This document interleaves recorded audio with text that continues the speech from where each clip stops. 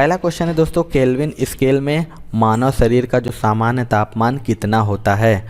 Most important question है दोस्तों, आपको बताना है जो सामान्य मतलब केल्विन स्केल में मानव शरीर का सामान्य तापमान कितना होता है। तो इसका जो राइट आंसर हो जाएगा दोस्तों ऑप्शन नंबर बी यानी 310 केल्विन।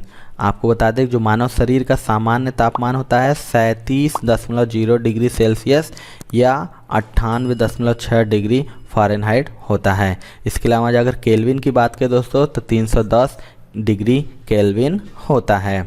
अगला क्वेश्चन देखते हैं दोस्तों, निषेचित अंडाणु के इम्प्लांटेशन के लिए गर्भाशय कौन सा हार्मोन तैयार करता है। मोस्ट इंपॉर्टेंट क्वेश्चन है, आपको बताना है जो निषेचित अंडाणु के इम्प्लांटेशन के लिए गर्भाशय कौन सा हार्मोन तैयार करता है। तो इसका जो राइट आंसर हो जाएगा दोस्तों ऑप्शन नंबर सी हो जाएगा यानी प्रोजेस्टेरोन। बता दें जो निषेचित अंडाणु का इम्प्लांटेशन होता है वो गर्भाशय में होता है, जिसके लिए मादा जनन हार्मोन प्रोजेस्टेरोन स्रावित होता है। अगला क्वेश्चन देखते हैं, अधिक ऊंचाई पर मानव शरीर में श्वेत रक्त कणिकाएं बताना है कि क्या हो जाएंगी। तो इसका जो राइट आंसर आएगा दोस्तों ऑप्शन नंबर ए हो जाएगा यानी आकार में बड़ी हो जाएंगी। अधिक ऊंचाई पर जो मानव शरीर में श्वेत रक्त कणिकाएं आकार में बड़ी हो जाएंगी। चलिए दोस्तों अगला क्वेश्चन देखते हैं, श्वसन में कार्बोहाइड्रेट निम्नलिखित में विखंडित हो जाता है। मोस्ट इंपॉर्टेंट क्वेश्चन है दोस्तों, बताना है कि जो श्वसन में कार्बोहाइड्रेट हो जाता है वो किस रूप में विखंडित हो जाता है। तो इसका जो राइट आंसर हो जाएगा ऑप्शन नंबर बी यानी कार्बन डाइऑक्साइड और जल में। जो श्वसन में कार्बोहाइड्रेट होता है वो कार्बन डाइऑक्साइड और जल में विखंडित हो जाता है। चलिए दोस्तों अगला क्वेश्चन देखते हैं, श्वसन है, आपको बताना है जो श्वसन है वो क्या है। तो इसका जो राइट आंसर हो जाएगा दोस्तों ऑप्शन नंबर ए हो जाएगा यानी अपचयन प्रक्रिया। श्वसन जो कि एक अपचयन प्रक्रिया है और जिसके अंतर्गत भोज्य पदार्थ के ऑक्सीकरण से ऊर्जा मुक्त होती है। अगला देख लेते हैं दोस्तों आने वाले ग्रुप डी एग्जाम के लिए हमने गणित के एक 500 प्लस महत्वपूर्ण प्रश्नों का ई बुक तैयार करवाया है दोस्तों, जो कि ग्रुप डी एग्जाम के लिए सुपर गेस क्वेश्चन है दोस्तों। आपके जितने भी 500 प्लस प्रश्न संपूर्ण हल ट्रिक के माध्यम से और साधारण तरीके से बताया गया है, जिससे आपको समझने में बहुत ही आसानी होगी दोस्तों। तो आप इस ई बुक को ज़रूर से ज़रूर ले लीजिए, इसका लिंक जो है दोस्तों डिस्क्रिप्शन बॉक्स में मिल जाएगा। इसके अलावा दोस्तों एक और हमारा ई बुक है 70 प्लस महत्वपूर्ण टॉपिक का।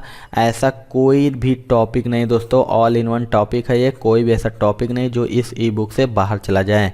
आप इसे भी ज़रूर से ज़रूर ले लीजिए क्योंकि आपके आने वाले एग्जाम के लिए बहुत ही महत्वपूर्ण ई बुक है। इसमें विथ डिटेल के साथ आपको सॉल्यूशन बताया गया है। तो चलिए दोस्तों अगला क्वेश्चन देख लेते हैं, मानव में श्वसन दर सबसे कम होती है। मोस्ट इंपॉर्टेंट ये भी क्वेश्चन है, आपको बताना है मानव में जो श्वसन दर होता है सबसे कम कब होता है। तो इसका जो राइट आंसर हो जाएगा दोस्तों ऑप्शन नंबर डी हो जाएगा यानी नींद में खर्राटे लेते समय। आपको बता दें कि श्वसन दर जो कि सबसे कम आराम करते समय होती है, अतः नींद में मानव की जो श्वसन दर होती है वो सबसे कम होती है। अगला क्वेश्चन देखते हैं दोस्तों, इन सभी में सबसे अधिक मात्रा में कैरोटीन किसमें पाया जाता है। 4 ऑप्शन है, बताना है कि इन सभी में सबसे अधिक मात्रा में जो कैरोटीन होता है वो किस में पाया जाता है। तो इसका राइट आंसर जाएगा दोस्तों ऑप्शन नंबर ए यानी गाजर में। आपको बता दें कि गाजर में सबसे अधिक मात्रा में कैरोटीन पाया जाता है और गाजर में जो नारंगी रंग होता है वो कैरोटीन के कारण ही होता है। पाचन के रसों में निम्नलिखित में से कौन सा अम्ल पाया जाता है। बताना है जो पाचन के रस होता है उनमें कौन सा अम्ल पाया जाता है। तो इसका राइट आंसर हो जाएगा ऑप्शन नंबर डी यानी हाइड्रोक्लोरिक अम्ल। पाचक जो कि रसों में मुख्य रूप से हाइड्रोक्लोरिक अम्ल पाया जाता है और यह अम्ल प्रोटीन, वसा, विटामिन, खनिजों आदि के पाचन में मदद करता है। अगला क्वेश्चन देखते हैं दोस्तों, लंबे समय तक शारीरिक परिश्रम के कार्य के बाद मांसपेशियों में शिथिलता किस कारण से होती है। मोस्ट इंपॉर्टेंट क्वेश्चन है, बताना है कि जो लंबे समय तक कार्य करने से मांसपेशियों में शिथिलता किस कारण से होती है। तो इसका राइट आंसर हो जाएगा ऑप्शन नंबर डी यानी लैक्टिक अम्ल के एकत्र होने से। आपको बता दें जो अत्यधिक शारीरिक श्रम करने से हमारे शरीर की कोशिकाओं में लैक्टिक अम्ल बनता है और जिस कारण थकान एवं शिथिलता का अनुभव होता है। अगला क्वेश्चन देखते हैं दोस्तों। खाली स्थान है, बताना है कि खांसी और छींकने जैसी अनैच्छिक गतिविधियों को कौन नियंत्रित करता है। इसमें से कौन है जो खांसी और छींकने जैसी अनैच्छिक क्रियाओं को नियंत्रित करता है। तो इसका राइट आंसर हो जाएगा ऑप्शन नंबर ए यानी मज्जा, मैरो या मेडुला में भोजन निगरण, वमन, खांसने, छींकने, हिचकी, लार के स्त्रावण आदि गतिविधियों के समन्वयन केंद्र होते हैं। अगला क्वेश्चन देखते हैं। मानव शरीर में उर्वरीकरण की प्रक्रिया कहाँ होती है। आपको बताना जो मानव शरीर में उर्वरीकरण की जो प्रक्रिया होती है वो इनमें से कहाँ होती है। तो इसका राइट आंसर हो जाएगा ऑप्शन नंबर बी यानी डिंबवाही नलिका। मानव शरीर में जो उर्वरीकरण यानी निषेचन की क्रिया होती है वो अंडवाहिनी या डिंबवाही नलिका में संपन्न होती है। अगला क्वेश्चन देख लेते हैं। निम्नलिखित में से कौन सा प्रोटीन संचलन हेतु पेशियों को संकुचित तथा शिथिल करने में सहायता करता है। आपको बताना इनमें से कौन सा प्रोटीन है जो संचलन हेतु पेशियों को संकुचित तथा शिथिल करने में सहायता करता है। तो इसका राइट आंसर हो जाएगा दोस्तों ऑप्शन नंबर सी यानी कॉन्ट्रैक्टाइल प्रोटीन्स। बता दें कि संकुचनशील या कॉन्ट्रैक्टाइल प्रोटीन्स के प्रमुख उदाहरण एक्टिन या मायोसिन है और ये पेशियों को संकुचित तथा शिथिल करने में सहायक होते हैं जिससे शरीर एवं अंगों में गति होती है। अगला क्वेश्चन देखते हैं दोस्तों। खाली स्थान है, बताना है कि किनमें से मांसपेशियों के लयबद्ध संकुचन के परिणाम स्वरूप बच्चा पैदा होता है। आपको बताएं इनमें से किसके मांसपेशियों के लयबद्ध संकुचन के परिणाम स्वरूप जो बच्चा होता है वो पैदा होता है। तो इसका राइट आंसर हो जाएगा दोस्तों ऑप्शन नंबर डी यानी गर्भाशय। बता दें कि गर्भाशय में मांसपेशियों के लयबद्ध संकुचन के परिणाम स्वरूप बच्चा पैदा होता है और इसमें ऑक्सीटोसिन नामक हार्मोन की प्रमुख भूमिका होती है। अगला क्वेश्चन देखते हैं दोस्तों। निम्न में से कौन सी कार्रवाई अनैच्छिक कार्रवाई नहीं है। आपको बताना इनमें से कौन सी कार्रवाई है जो अनैच्छिक कार्रवाई नहीं है। तो इसका राइट आंसर हो जाएगा ऑप्शन नंबर बी यानी साइकिल चलाना। आपको बता दें कि लार, स्त्राव, पाचन और श्वसन ये अनैच्छिक कार्रवाई है जबकि साइकिल चलाना जो कि एक ऐच्छिक कार्रवाई है। अगला क्वेश्चन देख लेते हैं दोस्तों। लैंगिक प्रजनन में आपको बताना है क्या शामिल होते हैं। इसका राइट आंसर बताना है कि जो लैंगिक प्रजनन होता है इनमें से क्या शामिल होता है। इसका राइट आंसर हो जाएगा ऑप्शन नंबर डी यानी विपरीत लिंग दो जनक। यानी लैंगिक प्रजनन जो प्रक्रिया होती है उसमें एक ही प्रजाति के दो विपरीत लिंगी जीव नर तथा मादा भाग लेते हैं, अर्थात लैंगिक प्रजनन हेतु विपरीत लिंगों वाले दो जनकों का होना अनिवार्य है। अगला क्वेश्चन देखते हैं दोस्तों। शुक्राणु को सीधे अंडे में अंतःक्षेपित करने की अत्यधिक विकसित प्रक्रिया क्या कहलाती है। मोस्ट इंपॉर्टेंट क्वेश्चन है। आपको बताएं जो शुक्राणु को सीधे अंडे में अंतःक्षेपित करने की अत्यधिक विकसित प्रक्रिया क्या कहलाती है। तो इसका राइट आंसर हो जाएगा दोस्तों ऑप्शन नंबर ए यानी ICSI। फुल फॉर्म की बात करें दोस्तों तो इंट्रा साइटोप्लाज्मिक शुक्राणु इंजेक्शन से इन विट्रो फर्टिलाइजेशन यानी जो IVF होता है उससे संबंधित एक अत्यधिक विकसित प्रक्रिया है जिससे शुक्राणु को सीधे अंडे में अंतःक्षेपित किया जाता है। अगला क्वेश्चन देखते हैं दोस्तों। मनुष्य में खाली स्थान है एक अम्लीय माध्यम निर्मित करता है जो एंजाइम पेप्सिन के कार्य को सुगम बना देता है। इसमें से बताना है इसका राइट आंसर क्या होगा। तो इसका जो राइट आंसर हो जाएगा दोस्तों ऑप्शन नंबर बी हो जाएगा यानी हाइड्रोक्लोरिक अम्ल। आपको बता दें कि मनुष्यों में आमाशय में भोजन के पाचन के दौरान हाइड्रोक्लोरिक अम्ल का स्त्राव होता है और यह अम्लीय माध्यम प्रदान करके आमाशय में पाए जाने वाले प्रमुख पाचक एंजाइम पेप्सिन के कार्य को सुगम बना देता है। अगला क्वेश्चन देख लेते हैं दोस्तों। निम्न में से किस प्रक्रिया में ऊष्मीय ऊर्जा निर्मित होती है। आपको बताना है इनमें से किस प्रक्रिया में ऊष्मीय ऊर्जा निर्मित होती है। इसका राइट आंसर हो जाएगा ऑप्शन नंबर डी यानी श्वसन। आपको बता दें कि जो श्वसन एक अपचयी प्रक्रिया है और जिसमें ऊष्मीय ऊर्जा निर्मित होती है। किसके द्वारा होती है तो वह श्वसन के द्वारा। अगला क्वेश्चन देख लेते हैं दोस्तों। मनुष्य जाति के एक पुरुष को उसके एक्स गुणसूत्र किससे प्राप्त होते हैं। आपको बताना है कि जो मनुष्य जाति के एक पुरुष को उसके एक्स गुणसूत्र किससे प्राप्त होते हैं। तो इसका राइट आंसर हो जाएगा दोस्तों ऑप्शन नंबर ए यानी मदर यानी माता से। बता दें कि जो पुरुषों में एक्स और वाई लिंग गुणसूत्र पाए जाते हैं, जिसका एक्स गुणसूत्र माता से जबकि वाई गुणसूत्र पिता से प्राप्त होते हैं। अगला क्वेश्चन देख लेते हैं दोस्तों। अंडे को अंडाशय से गर्भाशय तक किसके द्वारा ले जाया जाता है। आपको बताना है जो अंडे हैं होते हैं उसको अंडाशय से गर्भाशय तक किसके द्वारा ले जाया जाता है। तो इसका राइट आंसर हो जाएगा दोस्तों ऑप्शन नंबर डी यानी डिंबवाही नलिका। अंडे को अंडाशय से गर्भाशय तक अंडवाहिनी या डिंबवाही नलिका द्वारा ले जाया जाता है। यदि इस यात्रा के दौरान शुक्राणु अंडे को निषेचित कर देता है तो यह गर्भाशय में पहुंचने पर वहीं रह जाता है। अगला क्वेश्चन देखते हैं दोस्तों। निम्नलिखित में से कौन सा मादा प्रजनन तंत्र का एक हिस्सा नहीं है। मोस्ट इंपॉर्टेंट क्वेश्चन है दोस्तों। बताना है कौन सा मादा प्रजनन तंत्र का एक हिस्सा नहीं है। तो इसका राइट आंसर हो जाएगा ऑप्शन नंबर बी यानी शुक्रवाहिका। आपको बता दें कि शुक्रवाहिका जो कि मादा प्रजनन तंत्र का नहीं बल्कि नर प्रजनन तंत्र का हिस्सा है। इसके अलावा दोस्तों गर्भाशय हो गया, अंडाशय हो गया, योनि हो गया, ये मादा प्रजनन तंत्र का हिस्सा है। अगला क्वेश्चन देख लेते हैं दोस्तों। वृक्क की संरचनात्मक इकाई है। मोस्ट इंपॉर्टेंट है क्वेश्चन। आपको जो बताना है जो वृक्क होती है उसकी संरचनात्मक इकाई इनमें से कौन है। तो इसका राइट आंसर हो जाएगा दोस्तों ऑप्शन नंबर डी यानी नेफ्रॉन।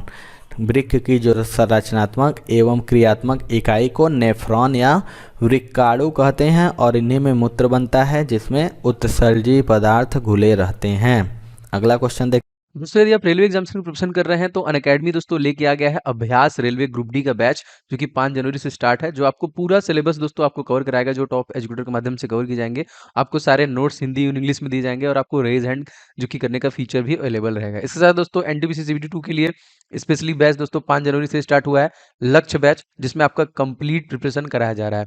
तो आप इसके थ्रू कंप्लीट प्रिपरेशन कर सकते हैं आरआरबी सीबीटी 2 के। एंड दोस्तों एक नया फीचर भी ऐड किया गया है रेज हैंड। क्लास के दौरान आप सिंपली एजुकेटर से डायरेक्ट कांटेक्ट कर सकते हैं, बात कर सकते हैं, इसका भी आप फायदा ले सकते हैं। तो सब्सक्रिप्शन आप अभी ले लीजिए और दोस्तों इस कोड का इस्तेमाल करेंगे अगर आप OJ10, इससे आपको 10% का डिस्काउंट भी मिल जाएगा। तो जल्दी से सब्सक्रिप्शन ले लीजिए। दोस्तों खाली स्थान है दोस्तों एक अंतःस्रावी ग्रंथि है जिसे मास्टर ग्रंथि भी कहा जाता है। यानी इनमें से कौन एक अंतःस्रावी ग्रंथि है जिसे मास्टर ग्रंथि भी कहा जाता है।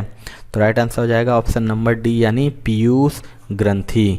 पीयूष ग्रंथि ही एक अंतःस्रावी ग्रंथि है जिसे मास्टर ग्रंथि भी कहा जाता है और यह ग्रंथि मुख्यतः अग्र तथा पश्च भागों में बटी होती है। अगला क्वेश्चन देख लेते हैं दोस्तों। शुक्राणु कहाँ बनते हैं। आपको बताना है जो शुक्राणु होता है वो इनमें से कहाँ बनते हैं। तो राइट आंसर हो जाएगा ऑप्शन नंबर ए यानी वृषण में। बता दें कि वृषण यानी टेस्टिस नर जनन अंग के वे भाग होते हैं जिनमें शुक्राणु बनते हैं और शुक्राणु नर युग्मक कोशिका होते हैं जो निषेचन क्रिया में भाग लेते हैं। अगला क्वेश्चन देख लेते हैं दोस्तों। कौन सा हार्मोन वृषण से स्त्रावित होता है। मोस्ट इंपॉर्टेंट ये भी क्वेश्चन है। आपको बताना है इनमें से कौन सा हार्मोन है जो वृषण से स्त्रावित होता है। तो इसका राइट आंसर हो जाएगा ऑप्शन नंबर सी यानी टेस्टोस्टेरोन। वृषणों में जो कि शुक्रजनन नलिकाओं के बाहर लैंडिंग की कोशिकाओं के छोटे छोटे समूह होते हैं और ये कोशिकाएं कोलेस्ट्रॉल से व्युत्पन्न नर हार्मोन्स अथवा एड्रोजेंस का स्त्रवण करती हैं और प्रमुख एंड्रोजन टेस्टोस्टेरोन होता है।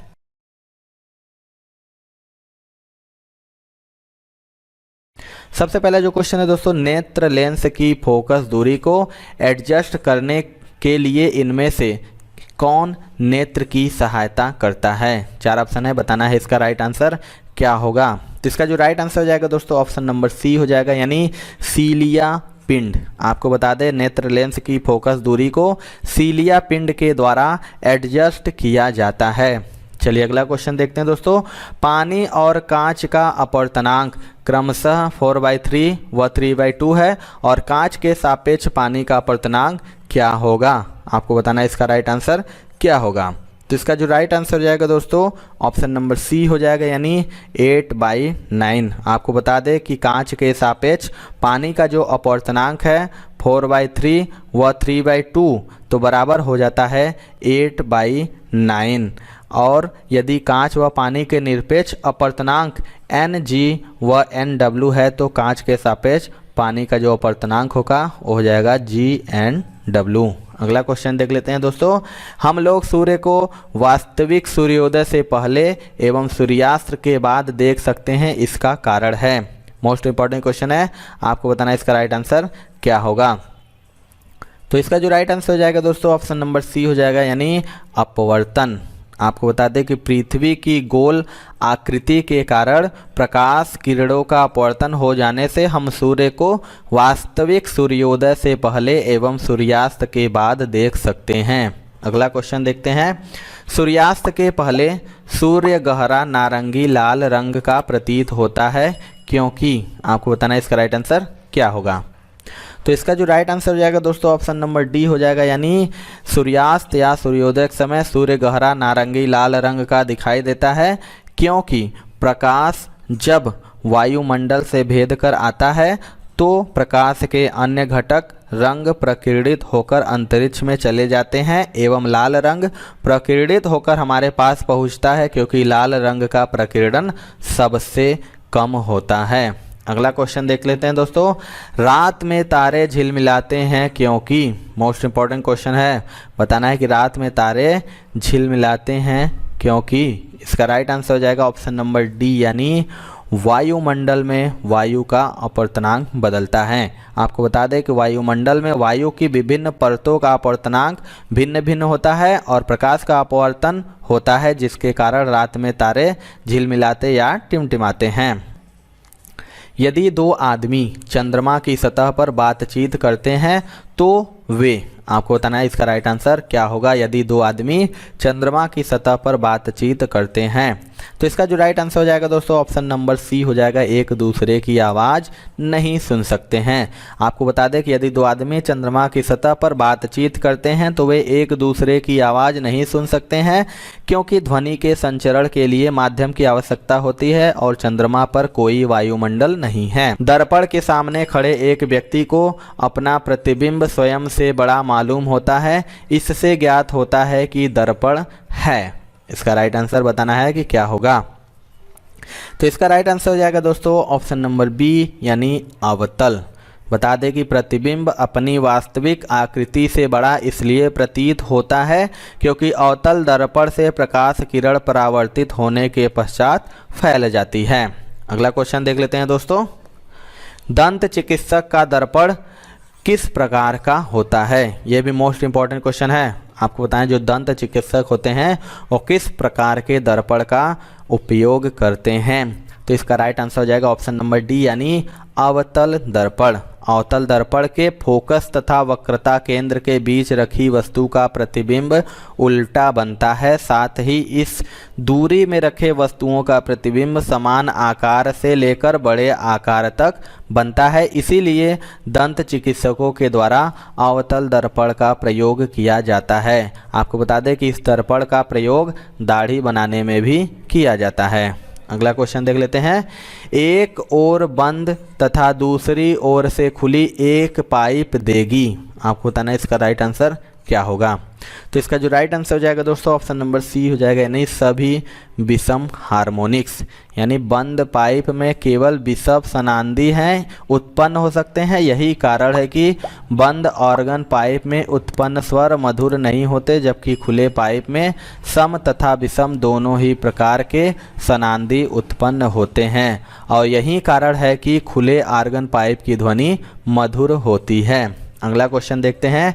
इंद्रधनुष कितने रंग दिखाता है? मोस्ट इम्पॉर्टेंट, आपको बताना है जो इंद्रधनुष होता है उसमें कितने रंग दिखाता है। तो इसका राइट आंसर हो जाएगा ऑप्शन नंबर ए यानी 7 रंग। आपको बता दें इंद्रधनुष में 7 रंग दिखाई देता है और ये सातों रंग बढ़ते हुए तरंग दैर्ध्य के क्रम में दिखाई देते हैं। बता दें कौन कौन से रंग है, तो बैगनी है, जामुनी, नीला, हरा, पीला, नारंगी तथा लाल। और इसे संक्षेप में इसे विबग्योर कहते हैं। क्या कहते हैं, तो VIBGYOR।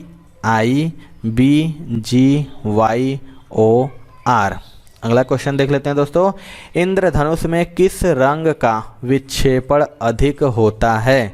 आपको बताना है जो इंद्रधनुष में किस रंग का विक्षेपण अधिक होता है।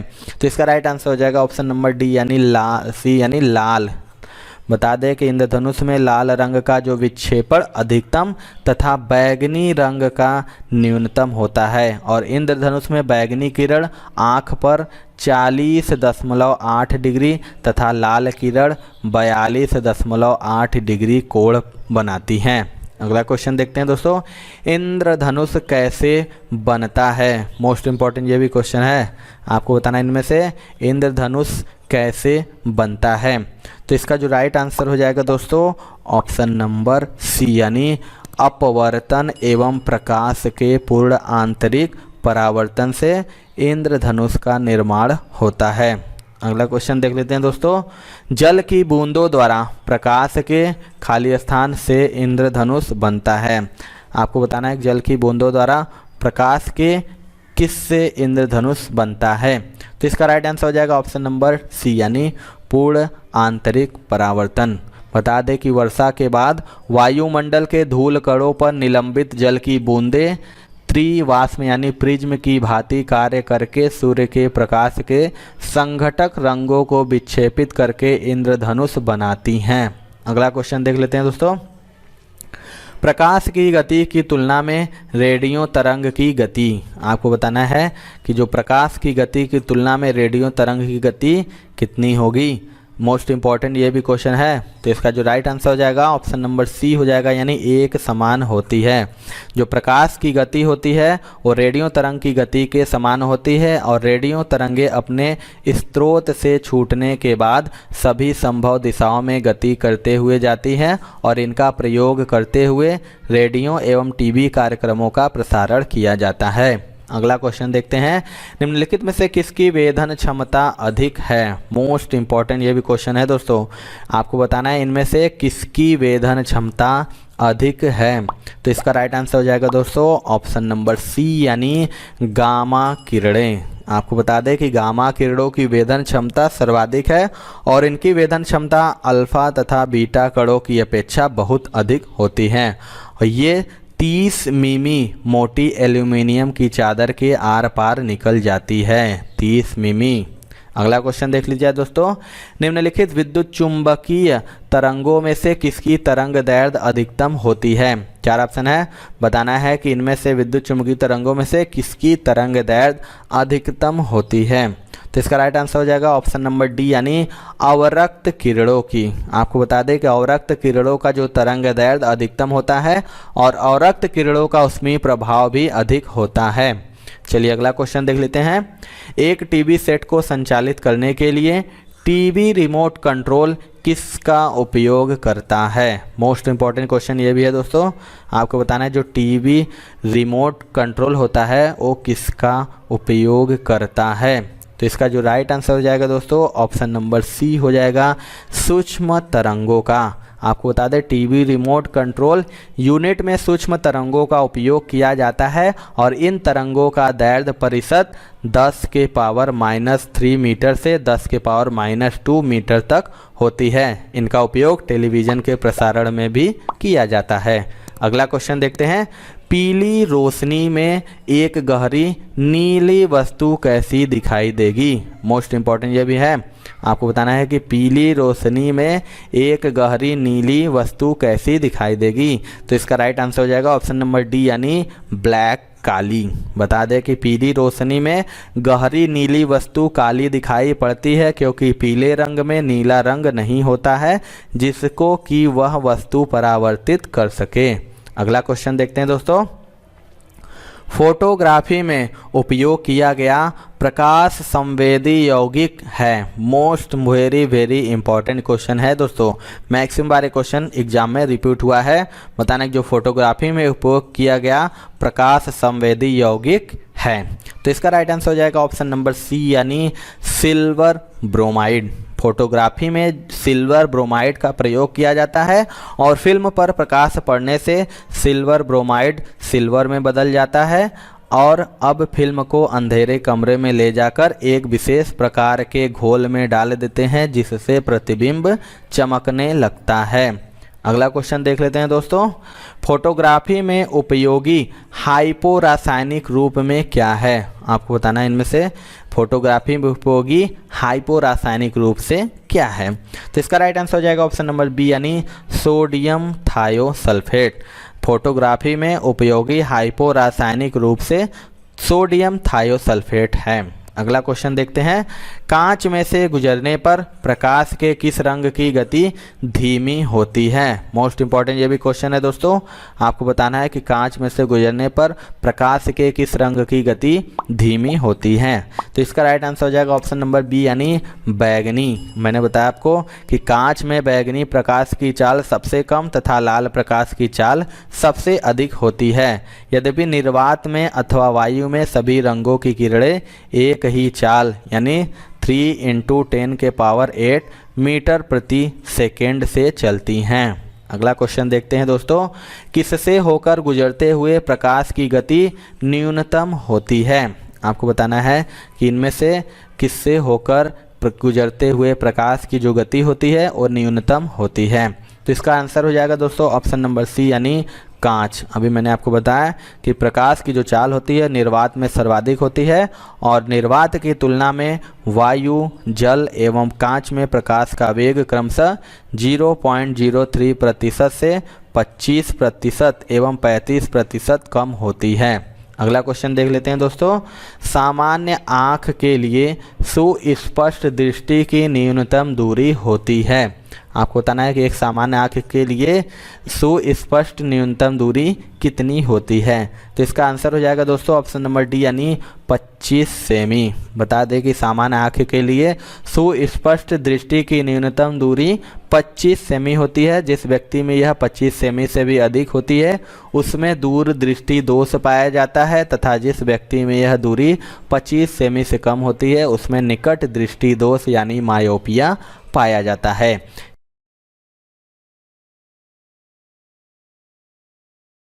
सबसे पहले क्वेश्चन की बात की दोस्तों तो पाइरेक्स कांच मुख्यतः है। आपको बताना है जो पाइरेक्स कांच होता है वो मुख्यतः कैसा कांच होता है। तो इसका राइट आंसर हो जाएगा दोस्तों ऑप्शन नंबर बी यानी पाइरेक्स कांच जो कि उष्मा प्रतिरोधी कांच होता है। और इसके प्रयोग की बात करें दोस्तों तो वाहनों एवं घरों की खिड़कियों के रूप में किया जाता है। अगला क्वेश्चन देखते हैं दोस्तों, चांदी यानी सिल्वर बताना है कि इनमें से क्या है। मोस्ट इंपॉर्टेंट क्वेश्चन है दोस्तों जो बताना है चांदी क्या है। तो इसका राइट आंसर हो जाएगा ऑप्शन नंबर बी यानी एक विद्युत सुचालक है। आपको बता दें चांदी जो कि विद्युत की सुचालक है क्योंकि इसमें इलेक्ट्रॉनों का प्रवाह सुगमता से होता है। अगला क्वेश्चन देखते हैं दोस्तों, हीरा और ग्रेफाइट उदाहरण है। आपको बताना है कि हीरा और ग्रेफाइट इनमें से किसका उदाहरण है।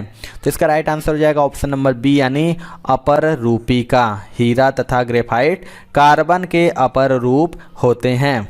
अगला क्वेश्चन देख लेते हैं दोस्तों, डोलोमाइट अयस्क है। जो बताना है कि जो डोलोमाइट है वो इनमें से किसका अयस्क है। तो इसका राइट आंसर हो जाएगा दोस्तों ऑप्शन नंबर डी यानी मैग्नीशियम कार्बोनेट। डोलोमाइट जो कि कैल्शियम मैग्नीशियम कार्बोनेट का अयस्क होता है। अगला क्वेश्चन देख लेते हैं, निम्नलिखित में से कौन सी धातु प्रकृति में मुक्त अवस्था में पाई जाती है। मोस्ट इंपॉर्टेंट ये क्वेश्चन है, आपको बताना है इनमें से कौन सी धातु है जो प्रकृति में मुक्त अवस्था में पाई जाती है।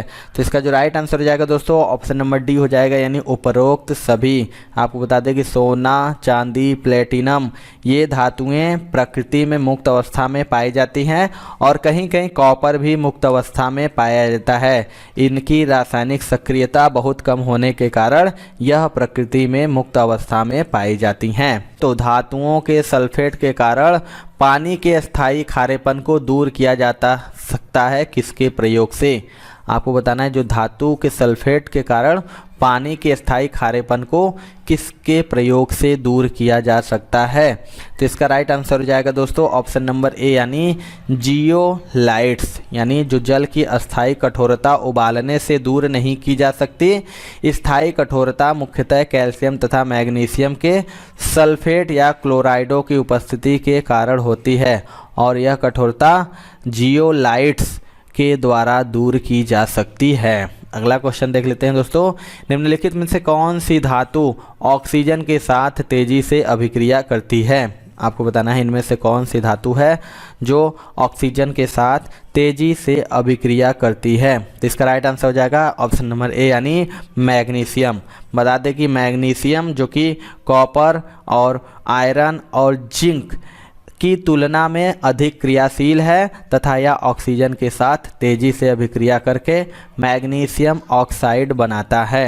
अगला क्वेश्चन देख लेते हैं दोस्तों, निम्नलिखित में कौन सी धातु बिजली की सर्वोत्तम संवाहक है? मोस्ट इंपॉर्टेंट है, बताना है कि कौन सी धातु है जो बिजली की सर्वोत्तम संवाहक है। तो इसका राइट आंसर हो जाएगा ऑप्शन नंबर बी यानी कॉपर तांबा, जो कि बिजली का सर्वोत्तम संवाहक होता है। अगला क्वेश्चन देखते हैं दोस्तों, गुहिका जिसमें गलित धातु डाला जाता है तो क्या कहलाता है? बताना है कि गुहिका जो होती है गलित धातु डाला जाता है तो इसे क्या कहते हैं? तो इसका राइट आंसर हो जाएगा ऑप्शन नंबर डी यानी साँचा, गलित धातु जो कि सांचे में डाला जाता है। अगला क्वेश्चन देखते हैं दोस्तों, ताप का सबसे अच्छा चालक कौन है? मोस्ट इंपॉर्टेंट क्वेश्चन है दोस्तों, मैक्सिमम बार रिपीट हुआ है।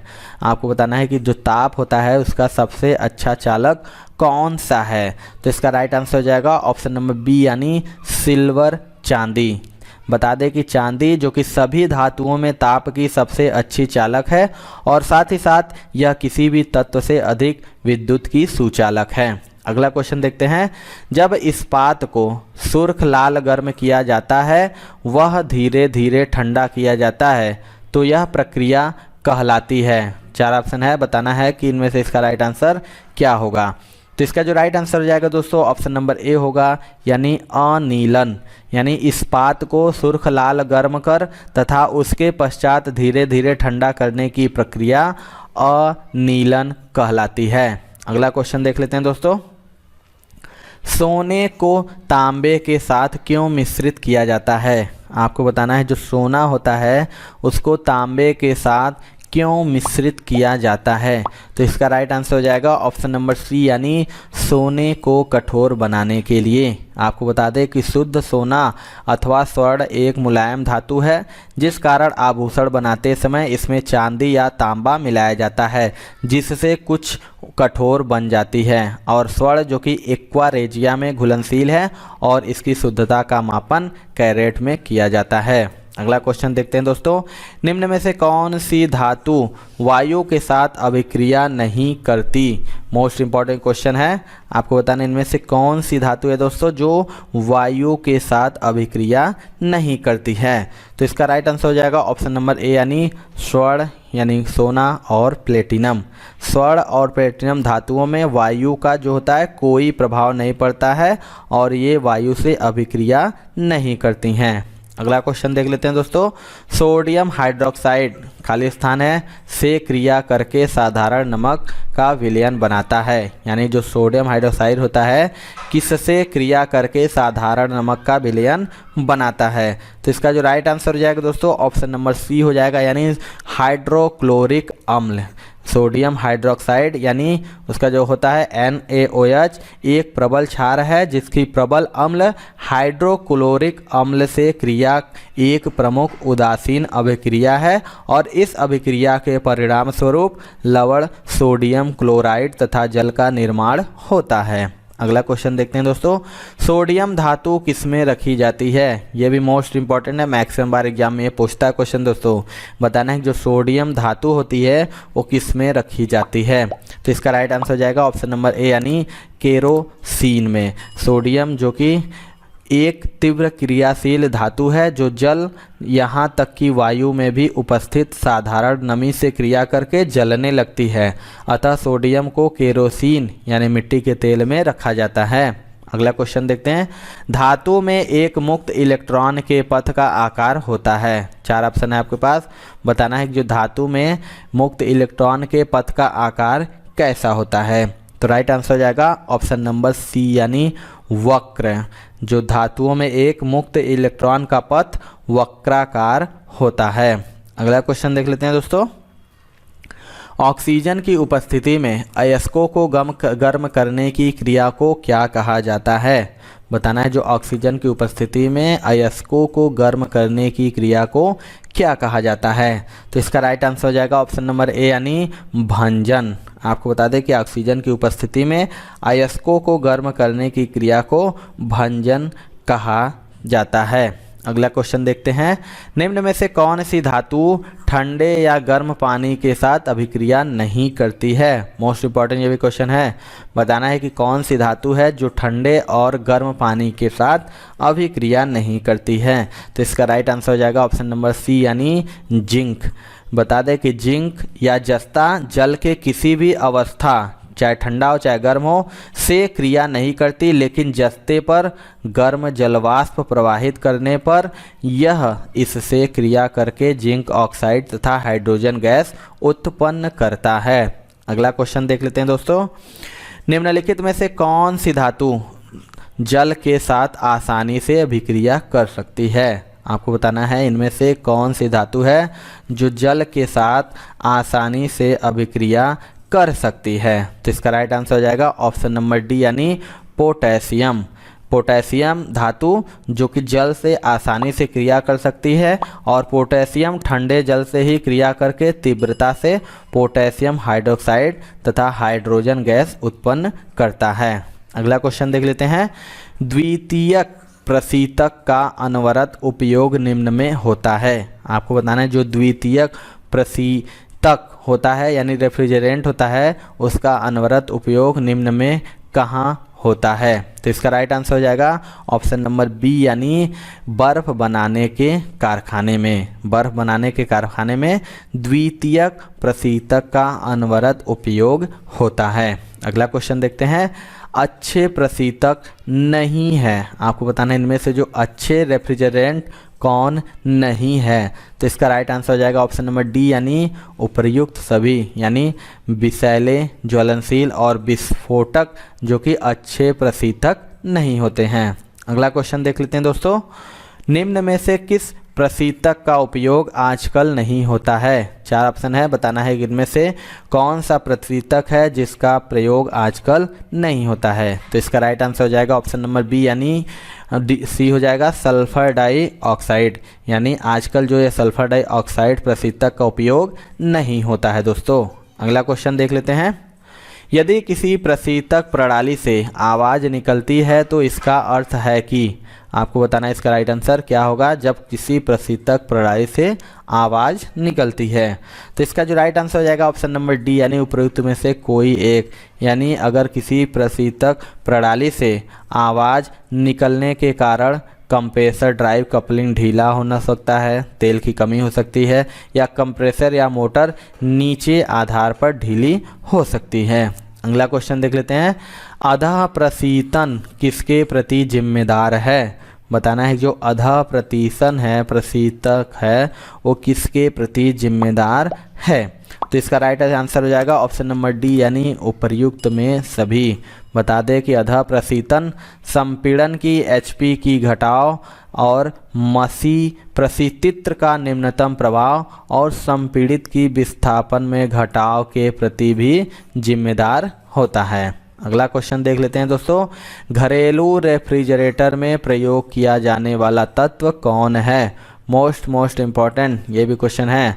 आपको बताना है कि जो घरेलू रेफ्रिजरेटर होता है उसमें प्रयोग किया जाने वाला तत्व कौन सा है। तो इसका राइट आंसर हो जाएगा ऑप्शन नंबर ए यानी फ्रीऑन। पुराने घरेलू रेफ्रिजरेटरों में प्रशीतन के लिए फ्रीऑन गैस का प्रयोग होता था, अगर वर्तमान समय में अमोनिया का प्रयोग व्यापक रूप से प्रशीतन प्रणालियों में होता है। तो ये थी दोस्तों आज की वीडियो। आपको वीडियो कैसा लगा कमेंट सेक्शन में ज़रूर बताइएगा। वीडियो पसंद आएगा दोस्तों तो एक लाइक ज़रूर करिएगा, क्योंकि आपके लाइक से हमें मोटिवेशन मिलता है कि आपको वीडियो पसंद आ रहा रहता है। अगर हमारे चैनल पर नए हैं दोस्तों तो चैनल को सब्सक्राइब करके बेल आइकन दबा लीजिएगा, क्योंकि हम लगातार ग्रुप डी एग्जाम की तैयारी करा रहे हैं। तो मिलते हैं दोस्तों अपने अगली वीडियो में, तब तक के लिए जय हिंद जय भारत।